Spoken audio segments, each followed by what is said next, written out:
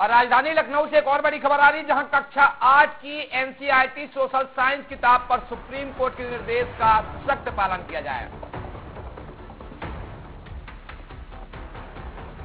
तो राजधानी लखनऊ से बड़ी खबर में आप तक पहुंचा, जहां कक्षा 8 की एनसीईआरटी सोशल साइंस किताब पर सुप्रीम कोर्ट के निर्देशों का सख्त पालन, न्यायपालिका से जुड़े चैप्टर को लेकर सुप्रीम कोर्ट ने जताई है नाराजगी।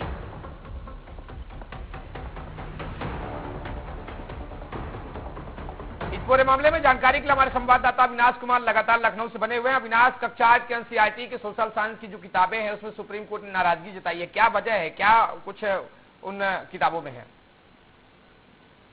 देखिए, निश्चित तौर पर जो कक्षा 8 की एनसीईआरटी सोशल साइंस किताब पर है, सुप्रीम कोर्ट के निर्देश के बाद अब जो यूपी में है उसको संज्ञान लिया गया और सख्ती से उसको पालन कराने का निर्देश भी यूपी सरकार की तरफ से दिया गया है। चाहे माध्यमिक शिक्षा परिषद हो, वो पूरी तरीके से इस पर जो किताबें छप गई थी उन पर रोक लगाने का आदेश दिया गया, जो बढ़ गई हैं उनको भी वापस लेने की बात कही। साफ है, सुप्रीम कोर्ट ने इस चीज को संज्ञान इसलिए लिया था कि जो एनसीईआरटी की कक्षा 8 की जो सोशल साइंस किताब है, जो इसमें एक चैप्टर ऐसा था जिसमें न्यायपालिका का भ्रष्टाचार बताया था। तो साफ है कि ये इस चीज को सुप्रीम कोर्ट ने तथा संज्ञान लेते हुए कहा था कि ये इस तरीके से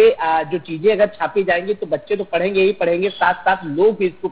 देखेंगे और पढ़ेंगे, तो इससे एक गलत मैसेज जाएगा, क्योंकि न्यायपालिका पर से लोगों का भरोसा उठ जाएगा। और न्यायपालिका पर से भरोसा उठना और न्यायपालिका को बदनाम करने की ये जो साजिश है एनसीईआरटी की तरफ से, इन सब चीजों को आज सुप्रीम कोर्ट ने संज्ञान लिया और सख्ती के साथ निर्देश दिया यूपी सरकार को कि ऐसी किताबों को छपवाना, ऐसी किताबों को पढ़वाना, इन किताबों पर तुरंत बैन लगना चाहिए, तुरंत रोक लगना चाहिए। तो सुप्रीम कोर्ट के निर्देश के बाद सख्ती के साथ उत्तर प्रदेश सरकार ने और माध्यमिक शिक्षा विभाग ने पूरी तरीके से उन किताबों को रोक लिया है और सभी जो डीआईओ है, बीएसए है और मंडलीय शिक्षा निदेशकों को सख्ती के साथ निर्देश दिया गया था कि जो भी किताबें पढ़ाई के लिए गई थी, जो बट गई हैं, उनको वापस लिया जाए, साथ ही जो इन किताबों को उनको रोक लगाई जाए। तो निश्चित तौर पर सुप्रीम कोर्ट के आदेश के बाद विभाग की तरफ से सख्ती से पालन करने का निर्देश दिया गया, अधिकारियों को निर्देश दिया गया है कि वो किताबों को